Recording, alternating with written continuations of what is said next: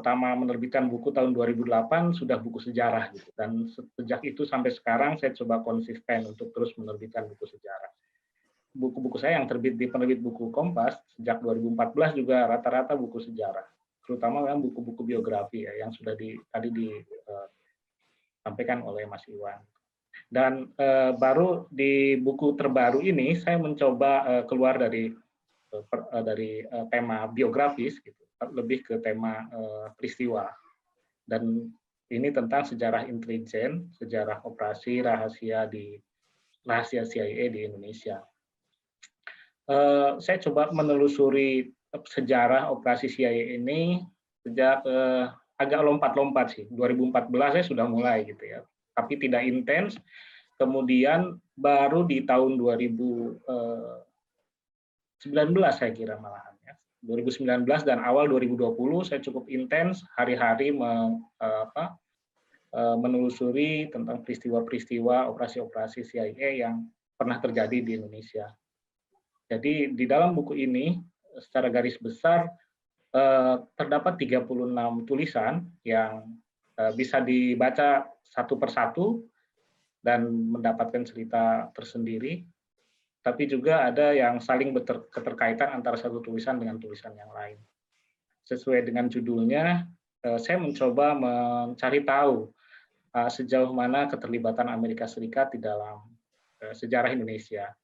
Dan ternyata Amerika sudah hadir di Indonesia dalam operasi intelijen ataupun masih dalam taraf yang mengumpulkan informasi, saya kira ya. Pada awal-awal kemerdekaan itu sudah masuk. Jadi ketika pendaratan sekutu, tim dari lembaga intelijen Amerika sudah masuk ke Indonesia. Pada waktu Perang Dunia II, setelah Perang Dunia II, lembaga intelijen Amerika Serikatnya masih dalam bentuk organisasi yang sederhana dan tujuannya juga cuma mengumpulkan informasi saja yang diberikan kepada Presiden Amerika Serikat sebagai bahan pertimbangan untuk membuat kebijakan luar negerinya. Nah, di buku ini saya mengawali dari masuknya tim OSS. OSS ini lembaga intelijen pendahulu CIA. Jadi ternyata saya mendapatkan sumber sebuah jurnal yang juga diterbitkan oleh CIA. Jurnal itu menarik, yang ditulis oleh William J. Rush. Dia membahas tentang operasi OSS di Indonesia, namanya Operasi Iceberg. Jadi dari 45 itu sudah masuk tim dari Amerika Serikat. Kemudian berlanjut, OSS ini mengalami perubahan sampai kemudian di tahun 47 menjadi CIA. Dan saya singgung di dalam buku ini juga operasi pertama CIA dan agen CIA pertama yang hadir di Indonesia.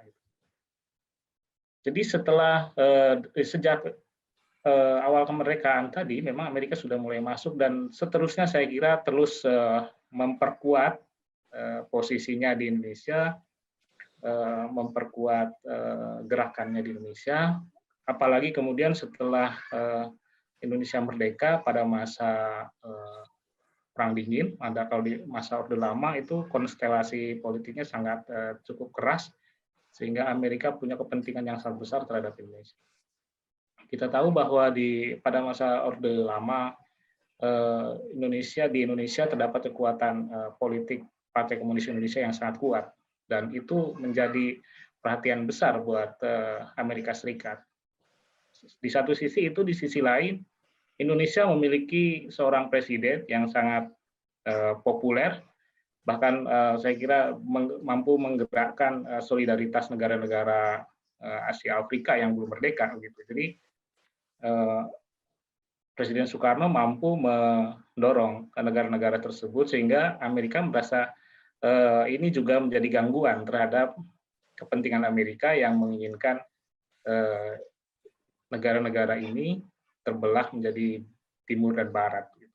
Jadi dua target itu saya kira yang menjadi target utama CIA pada masa-masa Orde Lama. Dan di buku ini saya coba uraikan operasi-operasi seperti apa yang dilakukan oleh CIA.